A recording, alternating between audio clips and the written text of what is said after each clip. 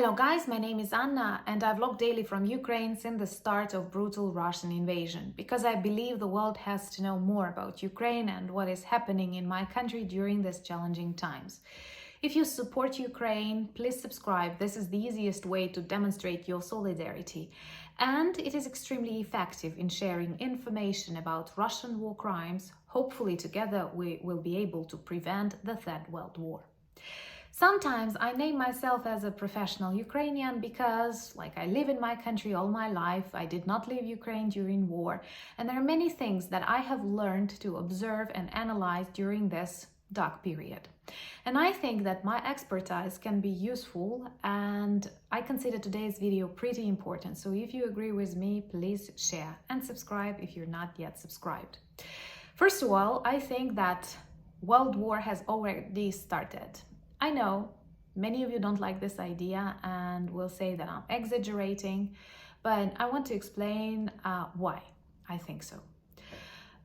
There are some symptoms. Before Russia started full-scale war in Ukraine, it annexed Crimea, Luhansk and Donetsk. But even before that, it spent lots of money and effort on hybrid war against Ukraine. This hybrid war included influence on Ukrainian elections, supporting with money pro-Russian political parties, and also infecting Ukrainian political system with Russian citizens. For example, at the moment of the Revolution of Dignity, the Minister of Defense of Ukraine was Russian citizen. I think you will agree.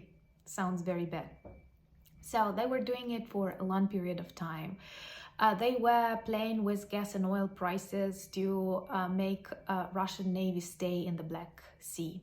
They were interfering in Ukrainian international policy, not only from inside in Ukraine, but also from outside, threatening global leaders that don't you let Ukraine do that, or don't you let Ukraine join that union because Russia will be angry. And many of these global leaders chose to listen to Russian advice, not to treat Ukraine as an independent state and just listen to what Russia says because we don't want to make a bear angry. But irrational, angry Russia will remain irrational and angry no matter how hard you try to satisfy it. Rule number one. So today, hybrid war against different countries, Russian hybrid war against different countries becomes more and more visible. And if you exit out of this bubble in which you feel safe and comfortable, you will see that many of countries all over the world were either attacked by Russian trolls, various hackers attacks. Russia tries to influence your elections. It interfered in various political processes in France, in Germany, in the United States. It loves firing up different conflicts that were maybe not that active or hidden back in your histories. They like to bring it back into the narrative, thus weakening the countries. Of course, it terrorizes the world with oil, gas prices, now with food, withdrawing grain deal. And it used lots of mechanisms that are actually mechanisms of war. But this war, first, they typically start with this hybrid format. They don't bomb you. They first create various negative conditions. They try to shake your country, your political system from within. They are very attentive at observing problems everywhere and using these problems for the sake of Russian interests.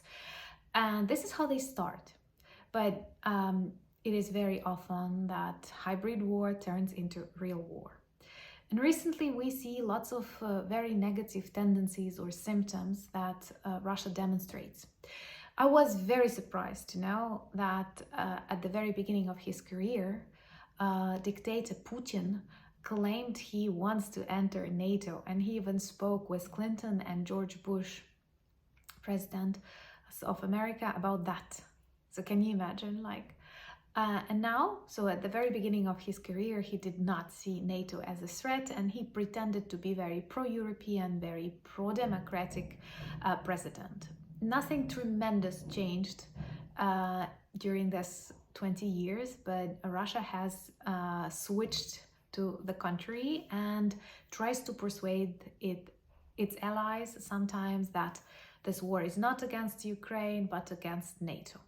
Well, this is, I'm sorry, bullshit, because sometimes they say they have come to demilitarize, denazify Ukraine, then the next time they say it's against NATO, biolaboratories. But we see there is no one reason, there is no direct explanation, and Putin does not name it. In reality, it is because Russia is an imperial dying monster that wants to recreate the monster of the Soviet Union. And all the countries that were once in the Soviet Union, on the orbit of Soviet Union, are in great danger. Now, many people say, let's not escalate, let's not provoke. It is only Russia that provokes. Russia starts everything. Russia invaded Ukraine in 2014. Russia looked, nobody reacted, and Russia continued. Now Russia tries Poland by sending Wagner Group to Belarus, by Lukashenko's speeches in which he says that they can attack Rzeszów, they can move to Suwałki corridor. I know, at this very moment, it seems unrealistic, and of course they don't have enough forces, but they speak about that. Can you imagine your president of your democratic country saying something like that about the neighbor? No, that would have been a huge conflict and would result in some very serious decisions. And here we say, like, let's not escalate. Once again, it's Russia and Belarus, which is totally dependent on Russia, that escalate, not your countries. For example, how does Poland escalate? How does Lithuania escalate? How did Ukraine escalate? No, we were just living our own life. And Russia does not want you to live your own democratic life.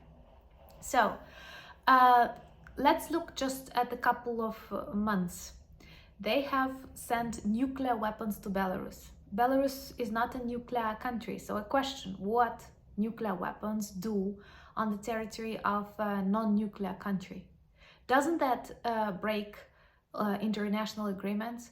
Isn't that a reason to react? Let's not provoke. But who provokes? Let's not escalate, but who escalates? Now they have moved Wagner Group and they are speaking about this Suwałki corridor. It's really small, and this corridor connects Baltic countries to the rest of the European Union, but it's also vital for the connection with Kaliningrad region, part of Russia, which was annexed by Russia from Germany. And any operation in that corridor will be very quick. And how will NATO react? I don't know. Of course, there is article number 5, but guys, there was Budapest memorandum, there were lots of agreements, and we're still waiting for F-16 to arrive.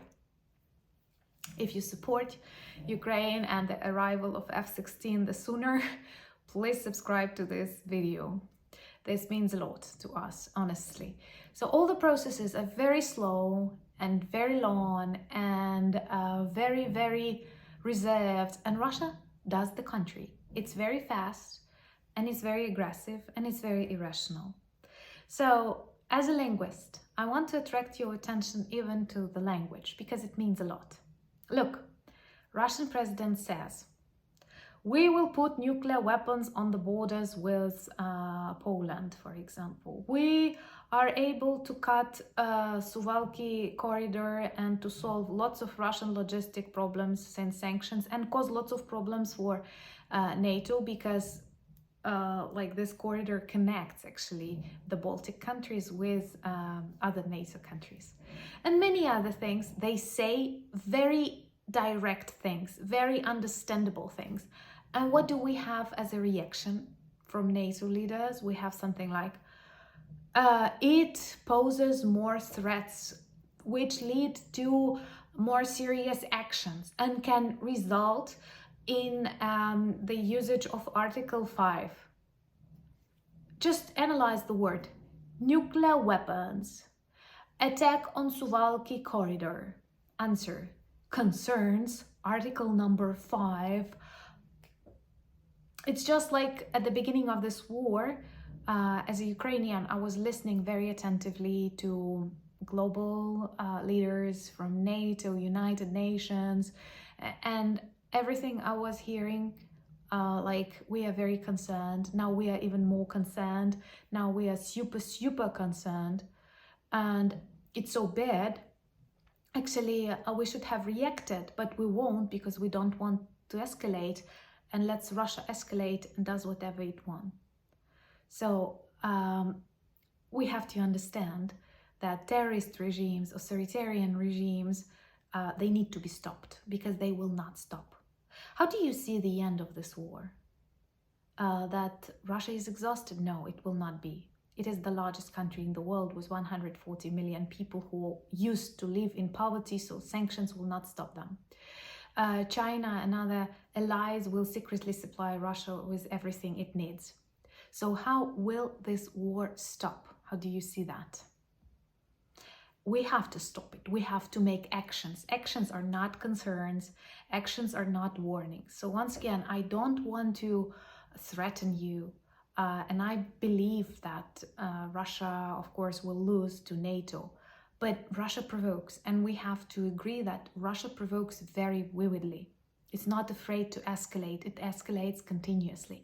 And recently I have read one article where an expert says, and I don't claim he's like 100% correct, but he says that now that Russia is losing, but losing really slowly, it is interested in the participation of NATO in this war, because it will save its face. Like, it's better to lose this war to NATO and actually to freeze this war for the next generations of Russian dictators, and they will produce, than to lose to Ukraine. They are choosing, and then they will be able to explain inside Russia that we've told you this was not war against Ukraine, this was war against collective evil West, against rotting West that was against the USSR from the very beginning. So Russia is just the same as the USSR.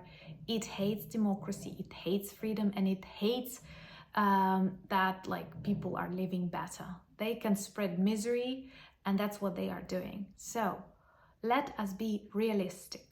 I do understand many of you want to think that this is just about Ukraine and we can help Ukraine and that's the way to save our democracies.